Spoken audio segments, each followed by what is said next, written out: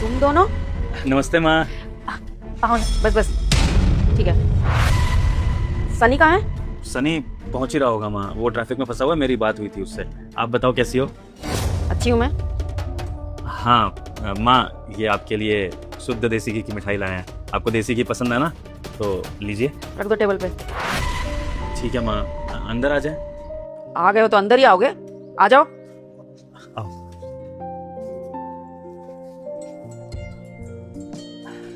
और बताइए माँ, सब कैसा चल रहा है? पापा कहाँ हैं? हम सब ठीक हैं, ये सब बातें रहने दो।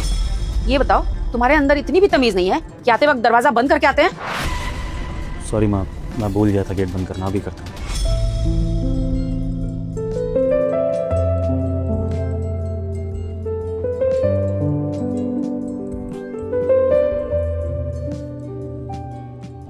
कर दिया माँ गेट बंद। माँ मैं ये पूछ रहा था कि पापा कहाँ है, दिखाई नहीं दे रहे? फैक्ट्री में है वो, इतने वेले नहीं है वो। माँ पापा जैसी डेडिकेशन तो मैंने कहीं देखी ही नहीं है। इस उम्र में भी कितना काम करते हैं। लेकिन माँ, अब जब उनके दोनों बेटे शादी के बाद अलग रहने लगे हैं और कभी कभी हम मिलने आते हैं, तो ऐसे समय में तो पापा को थोड़ा सा काम को साइड करके हमसे मिल लेना चाहिए ना। आप उनको फ़ोन करके बुलाइए ना, बोलिए कि मैं आया हूँ, बिल्कुल आएंगे वो। अच्छा, उनको काम छुड़वा के यहाँ मिलने बुलाऊं?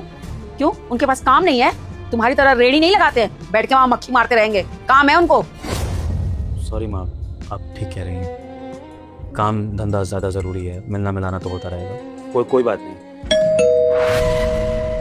मेरा बेटा आ गया, सन्नी। सन्नी, नमस्ते माँ। खुश रहो खुश रहो। नमस्ते भैया, नमस्ते भाभी। नमस्ते भाई। माँ, डैड कहीं दिखाई नहीं दे रहे। डैड कहाँ है? बेटा वो फैक्ट्री में है।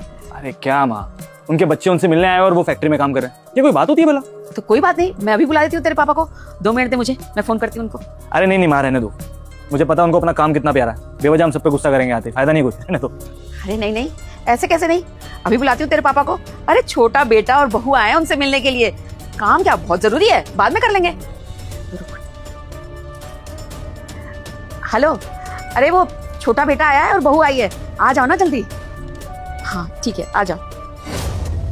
सुनिए, प्यास लग रही थी, पानी पी ले। हाँ तो चेतना, प्यास लगी है तो पूछने की क्या जरूरत है?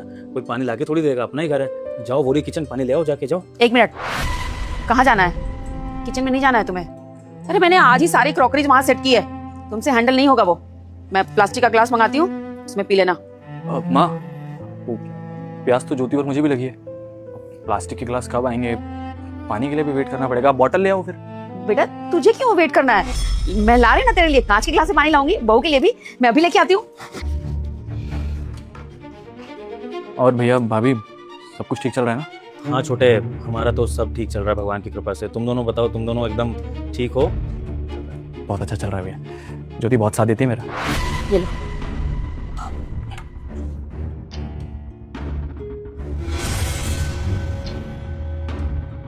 भाभी, पानी।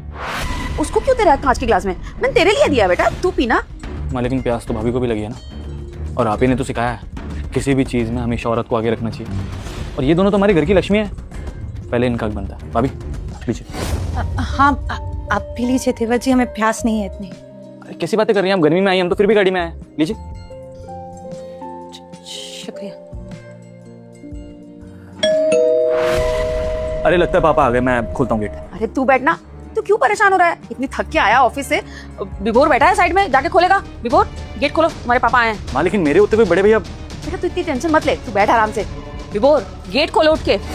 जी माँ, खोलता हूँ।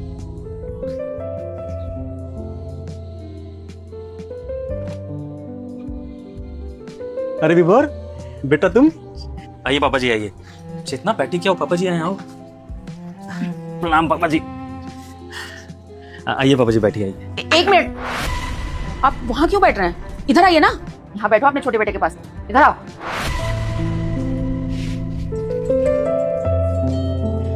Hello dad. अरे बच्चों को कुछ नाश्ता वास्ता दिया कि नहीं? हाँ हाँ की है ना तैयारी, अभी लेके आती हूँ। पापा जी, तबीयत वगैरह कैसी है आपकी? ठीक हो ना? कोई दिक्कत परेशानी तो नहीं है? नहीं बेटा, मैं तो बिल्कुल ठीक हूँ। ये लो, छोटे बेटे और बहू, और तुम्हारे लिए। इन बच्चों के लिए कुछ नहीं? अरे नहीं नहीं, उन दोनों का व्रत है, उन्होंने बताया उनको कुछ खाना नहीं है, इसलिए आप लोग खाओ। व्रत? विभोर कैसा व्रत? वो पापा जी कुछ दिनों पहले वैष्णो देवी गए थे ना, तो मन्नत मांगी थी चेतना ने कि अगर अच्छे से दर्शन कर लिए तो कुछ दिनों का व्रत रखेंगे। तो बस पानी वगैरह ही पीते हैं और अनाज रात में ही खाते हैं फिर, है ना। तो ऐसा ही व्रत है हमारा, इसलिए छोटे और छोटी बहू खाएंगे, आप लोग खाइए, हम ठीक है ऐसे। चलो बेटा, तुम्हारा व्रत है तो इसमें देखो मैं कुछ नहीं बोल सकता। सनी तुम तो रो। आपने झूठ क्यों बोला? पापा जी तो हमेशा हमारी साइड लेते हैं ना, अब बता देते। चेतना चुप रहो, अभी सब साथ में बैठे हुए हैं, ये बातें हम बाद में करेंगे, चुप रहने में ही हमारी भलाई है। जो चल रहा है उसको चलने दो, ठीक है। भाई क्या बात चल रही है तुम दोनों के बीच, हमें भी कुछ बताओ। कुछ नहीं पापा जी, वो चेतना ये पूछ रही थी कि आगे का क्या प्लान है अब, तो मैं बस वही बताने वाला था कि अब यहाँ से हमें कहाँ जाना है, क्या करना है, तो उसी के बारे में डिस्कशन कर रही थी। मैंने कहा बाद में करेंगे बात, है ना। अरे प्लान क्या है, सारी रात जागेंगे, मस्ती करेंगे, और क्या है। अभी 2-3 दिन तो रुक ही रहे हो आप लोग। अरे कीर्ति, वो गेस्ट रूम तैयार कर दिया ना बच्चों के लिए? हाँ हाँ, गेस्ट रूम रेडी है, छोटे बेटे और बहू के लिए। अब इनका क्या है, इनको तो नीचे सोने की आदत है ना, कहीं भी सो जाएंगे, किचन में या हॉल में। अजीब बात है, हमारे घर में कमरों की कमी है क्या? अरे तुम्हें कुछ नहीं पता है, उनको आदत है नीचे सोने की, क्यों आदत बिगाड़ रहे हो? सोने दो ना उनको नीचे। बस बहुत हो गया, चलिए आप चलिए यहाँ से। देखिए पापा जी, आप पिता समान है मेरे, मैं आपके सामने कुछ बोलना नहीं चाहती, लेकिन अब हद हो गई। मेरा पति कितनी बेइज्जती कराए, वो भी अपने ही घर में। अरे माना कि इनका काम देवर जी जैसा बड़ा नहीं है, लेकिन मेहनत तो कर रहे हैं ना। और इनकी क्या गलती है? जब इनकी पढ़ने लिखने की उम्र थी तब आप लोगों का इतना काम नहीं चलता था, तो सरकारी स्कूल में पढ़ाया था तो उसी हिसाब से काम कर रहे हैं। लेकिन जब देवर जी की पढ़ने की उम्र आई तो आपका काम उठ गया। अच्छी किस्मत है, हमें बुरा नहीं लगता है, अच्छा है आप काम करके आगे बढ़ गए हैं। लेकिन हमारे पति को क्यों नीचा दिखाया जाता है? आप तो इज्जत करते, लेकिन माँ जी हमेशा ऐसी करती है, हमें धत्कार देती है हमेशा। हम आए थे, मिठाई लेके आए, देखी तक नहीं। हम पैर छूने गए तो ऐसे हटा दिया हमें पीछे। सिर्फ अपने छोटे बेटे के आने पे खुश होती है। अरे जब ये दोनों आए तो कितना खुश होके गई दरवाजा खोलने, नाश्ता लेके आई उनके लिए, हमारे लिए। अरे हमने इतना बोला कि पानी पीने जाना है तो रसोई में जाने को मना कर दिया। कांच के गिलास में इन दोनों के लिए पानी आया, हमारे लिए स्टील का गिलास भी नहीं है, बोला कि प्लास्टिक का गिलास आएगा।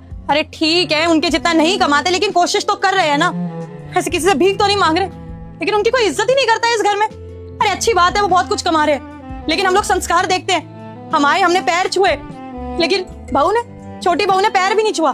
ठीक है वो अच्छे परिवार से आती है, उसके ऐसा कुछ नहीं है, लेकिन फिर भी उनकी ज्यादा इज्जत है। उनके पीछे पीछे माँ जी ज्यादा घूमती है, क्योंकि वो पैसा कमाते हैं बहुत ज्यादा। तो कोई बात नहीं, अगर हमें यहाँ पे नहीं आना चाहिए तो हम चले जाते हैं। चलिए आप। नहीं चेतना, हम ऐसे नहीं जा सकते। यहाँ पर जो कुछ भी हुआ वो अलग बात है, लेकिन हमें अपने संस्कारों को नहीं भूलना चाहिए। अगर हम यहाँ पर आए हैं और हम जा रहे हैं तो हमें जाते हुए अपनी रीति रिवाजों को निभाना चाहिए, क्योंकि हम इतने दिनों बाद अपने माँ बाप से, छोटे भाई और उसकी बीवी से मिलने के लिए आए हैं। तो हमारा फ़र्ज़ बनता है ना कि हम जो भी रस्म है उसको निभाएं। कोई बात नहीं माँ, अगर आप अपने बड़े बेटे को, अपनी बड़ी बहू को पसंद नहीं करती हैं तो इससे मुझे कोई आपत्ति नहीं है। मैं तो सदा ही आप लोगों का ऋणी रहूँगा कि आप लोगों ने मेरे लिए जो कुछ भी किया उसकी वजह से मैं इस काबिल बन पाया कि इस दुनिया में आराम से जी सकूँ, 2 रोटी अपनी बीवी को खिलाता हूँ, सुकून से रहता हूँ, और आपके दिए संस्कारों से मेरी ज़िंदगी बहुत अच्छे से कटती है। तो मुझे आपके इस व्यवहार से कोई दिक्कत नहीं है। और भला एक बेटे को अपने माँ बाप से दिक्कत हो सकती है क्या? कतई नहीं। बस जाने से पहले एक रस्म निभा देते हैं, उसके बाद हम चलते हैं। छोटे, ये तेरे लिए शगुन। भैया इन सब की क्या जरूरत है, बेवजह खर्चा कर रहे हैं आप। ज़रूरत है?